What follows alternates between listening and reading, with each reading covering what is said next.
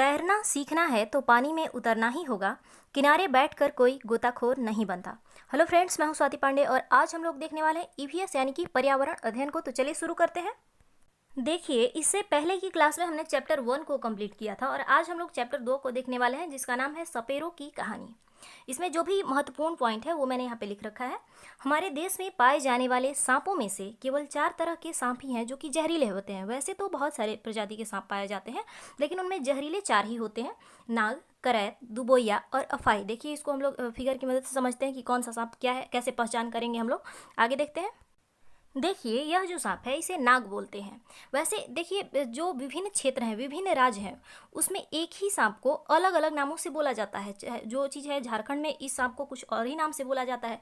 वैसे ही बिहार में, उत्तर प्रदेश में, ऐसे अलग अलग राज्यों में या फिर अलग अलग क्षेत्रों में इसको अलग अलग नामों से भी जाना जाता है। लेकिन जो सर्वमान्य है, जो कि NCERT में लिखा हुआ है, इसको नाग बोलते हैं हम लोग। यहाँ तक हो गई बात। आगे देखते हैं।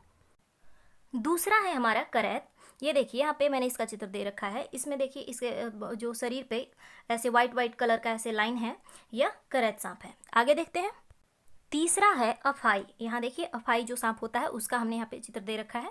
हो सकता है आपके क्षेत्र में इस सांप को किसी और नाम से बोला जाए, लेकिन इसे ऐसे NCERT बुक्स के अनुसार ये अफाई सांप है। आगे देखते हैं।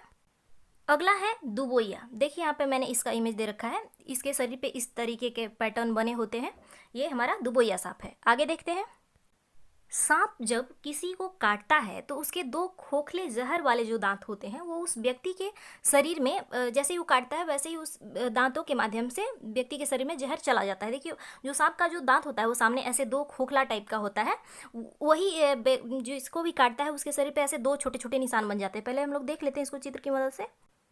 देखिए, ये यहाँ पे मैंने ये इसका इमेज दे रखा है। यहाँ पे देखिए, ये दांत, ये सांप के जो 2 छोटे छोटे दांत हैं जो कि खोखले होते हैं, और जैसे ही किसी को काटता है वैसे ही यहाँ पे इसका जो लार ग्रंथि एक तरीके से बोले, या फिर जो इसमें जहर होता है वो इससे कनेक्ट होता है और वैसे ही व्यक्ति के शरीर में चला जाता है इसका जहर, और फिर व्यक्ति को वो सर्पदंश कर लेता है, जहर फैलने लगता है। यही है इसके दांत। यहाँ तक हो गई बात। आगे देखते हैं। इस जहर से बचने का एक ही उपाय है कि जिस व्यक्ति को सांप ने काटा है उसे तुरंत जहर के असर को खत्म करने वाली दवाई, या फिर जिसे सीरम भी कहते हैं, ये दी जाए। यह सीरम जो होता है सांप के जहर से ही बनाया जाता है और सभी सरकारी स्वास्थ्य केंद्रों में भी मिलता है। देखिए, क्या होता है कि ज़्यादातर जो ग्रामीण क्षेत्र होते हैं वहाँ पे अगर किसी को जब भी सांप काटता है, सर्पदंश होता है, तो लोग क्या करते हैं, झाड़ फूक आदि के चक्कर में रह जाते हैं। और उस चक्कर में अगर सांप ज़्यादा भी सैला नहीं है तब तो लोग ये मान बैठते हैं कि हाँ, झाड़ फूक ने असर किया और वो ठीक हो जाता है। लेकिन क्या होता है कि जब सांप विषैला होता है और वो व्यक्ति को काट लेता है तो झाड़ फूक से तो कभी कुछ होना नहीं है। अंधविश्वास पे ज़्यादा यकीन करना नहीं चाहिए, और वो उसको हॉस्पिटल नहीं ले जाके ओझा के पास ले जाते हैं, और वहाँ पे क्या होता है कि उस वैसे में उस व्यक्ति की जान भी चली जाती है। तो क्या करना चाहिए आपको, अगर जब भी किसी व्यक्ति को सांप काटता है तो सबसे पहले उसे सरकारी स्वास्थ्य केंद्र, अगर आप बहुत ज़्यादा पैसे वाला नहीं है, आप जब बहुत ज़्यादा कोई प्राइवेट हॉस्पिटल में नहीं जा पाते हो, फिर भी आप सरकारी स्वास्थ्य केंद्र पर जाएँ। वहाँ पर यह जो दवा होती है वो मुफ्त में उपलब्ध होता है। आप वहाँ पर जाएंगे, वहाँ पर आपको मिलेगा और ये इससे ठीक हो जाएगा। यह जो दवा है वो सांप के जहर से ही बनाया जाता है। यहाँ तक हो गई बात कि जब भी किसी को सांप काट रहा है तो उसको तुरंत जहर को खत्म करने वाली दवाई, यानी कि सीरम जिसको बोल सकते हैं, ये दी जानी चाहिए, और इससे इसका असर जो है वो खत्म हो जाता है। ये हो गई बात। आगे देखते हैं। देखिए, जो पॉइंट है वो तो परीक्षा के दृष्टिकोण से महत्वपूर्ण है ही, साथ साथ हमारे जो निजी जीवन है उसमें भी उपयोगी है। यहाँ तक हो गई बात। आगे देखते हैं। कालबेलिया समुदाय के जो लोग होते हैं वो लोग सांप को बीन की धुन पर नचाते हैं। आप लोगों ने देखा भी होगा, कहीं कहीं गांव वगैरह क्षेत्र में आते हैं ऐसे लोग जो कि सांप को लेके घूमते हैं और वो बीन की धुन पर उनको नचाते हैं। कालबेलिया एक नृत्य भी होता है, उस समुदाय का एक नृत्य भी होता है जिसको कालबेलिया नृत्य बोलते हैं। इसमें भी सांप जैसी मुद्राएं होती हैं। क्या है कि कालबेलिया समुदाय के जो लोग हैं वो सांप को ही भगवान एक तरीके से मान सकते हैं, वही उनकी रोजी रोटी का साधन भी होता है। और वो जैसे क्या होता है कि बहुत लोग पैसे के लालच में सांप वगैरह को मार के, उससे क्योंकि दवाई भी बनाई जाती है तो उसको मार देते हैं, लेकिन यह कालबेलिया समुदाय के जो लोग हैं ये इसको मारते नहीं हैं, और ये इनका जो अभी जीवन यापन है ये काफ़ी मुश्किल हो गया है, क्योंकि अब तो लोग ये सब देखना पसंद नहीं करते हैं। अब मनोरंजन के कई साधन हैं हमारे पास उपलब्ध, तो जिस वजह से इनका जो पालन पोषण करना है, या फिर ये कहें कि इनका जो जीविकोपार्जन का जो साधन है वो मतलब खत्म होते जा रहा है। ये सांप को अपनी धरोहर मानते हैं और एक पीढ़ी से दूसरे पीढ़ी को सौंपते हैं, ये कालबेलिया समुदाय के जो लोग होते हैं। और इनमें एक कालबेलिया नृत्य भी होता है, आप लोग जानते भी होंगे, देखे भी होंगे कभी कभी टीवी वगैरह पर। तो ये कालबेलिया नृत्य में होता है, इसमें सांप जैसी मुद्राएं बनाते हैं लोग। पहले इसको हम लोग फोटो की मदद समझते हैं। देखिए यहाँ पे ये एक आदमी है जो कि कालबेलिया नृत्य को प्रस्तुत कर रहा है। इसमें मुद्राएं भी वो सांप जैसी ही बना रहा है और ये बीन की धुन पर खुद भी नाचते हैं, सांपों को भी नचाते हैं। इनका जो पोशाक होता है कुछ इसी तरीके का होता है। तो ये हो गई बात, आगे देखते हैं। सांपों को नचाने के लिए या फिर खुद भी अब तो लोग स्वयं भी नाचते हैं, और जो चाहे जो कालबेलिया नृत्य हो गया तो उसमें ज़्यादातर तो बीन ही बजाया जाता है। तो वैसे में जो बीन बजाया जाता है, बीन, तुम्बा, खंजरी, ये सब क्या है कि सूखी लौकी जो होती है जिसको कद्दू बोलते हैं, वो उसके खोखले से बनाया जाता है। जब वो सूख जाता है तो उसके खोखले से बीन, तुम्बा और खंजरी ये सब क्या है, सूखी लौकी से बनाए जाते हैं। यहाँ तक हो गई बात, आगे देखते हैं।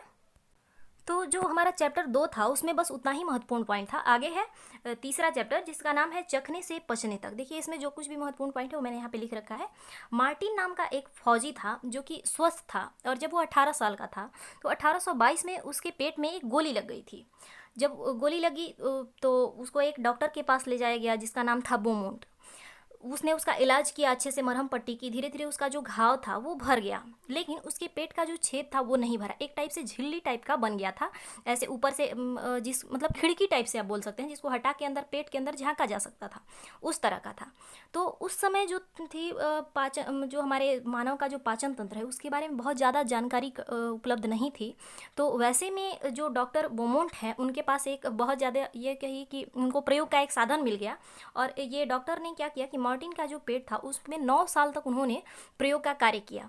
उन्होंने देखा कि कैसे पेट में अगर जब भी कुछ खाते हैं तो पाचन कार्य कैसे होता है, क्या क्या उसके प्रभाव होते हैं, या फिर जब पेट में खाना पचता है तो क्या कुछ होता है। फिर उन्होंने क्या किया कि जो भी पाचक रस था पेट में उसको बाहर निकाल के एक ग्लास में इकट्ठा किया, और उसमें भी खाना डाल के, जैसे मछली के टुकड़ा वगैरह डाल के उन्होंने देखा कि क्या होता है। उस ग्लास को भी उन्होंने उतने ही टेम्परेचर पे रखा जितना कि तापमान हमारे पेट के अंदर होता है, लगभग 30 डिग्री सेल्सियस पे उन्होंने उसको रखा। लेकिन उसमें एक मुख्य अंतर क्या था कि जो हमारे पेट का जो पाचन है वो काफ़ी जल्दी हो जाता था, जबकि ग्लास में जो उन्होंने पाचक रस बाहर इकट्ठा किया था उसमें जो ज़्यादा टाइम लगता था। तो क्योंकि यह स्वाभाविक था, जो क्रिया हमारे शरीर के अंदर हो रही है उसको अगर आप बाहर करेंगे तो थोड़ा परिवर्तन तो देखने को मिलेगा ही। यहाँ तक हो गई बात, आगे देखते हैं। आगे है, जल्दी पचाने के लिए हमारा पेट खाने को खूब घुमाता हिलाता है अंदर से। डॉक्टर जो मोमोन थे उन्होंने देखा कि आखिर ये जो समय का जो परिवर्तन है, समय जो ज़्यादा लग रहा है बाहर खाने के पाचन में और अंदर कम लग रहा है, तो उसका क्या कारण है कि जल्दी पचाने के लिए जो हमारा पेट है वो खाने को खूब घुमाता है, हिलाता है। उन्होंने ही बताया कि पेट का जो पाचक रस होता है वो एसिड की तरह होता है।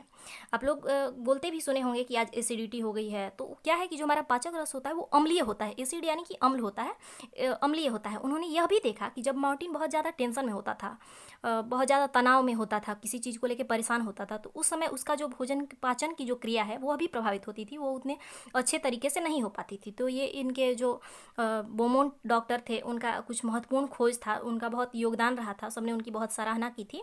तो तीसरे चैप्टर में कोई बहुत विशेष पॉइंट नहीं दिया हुआ था, इतना ही था। तो आज के लिए इतना ही, मिलते हैं हम लोग अगली क्लास में। धन्यवाद।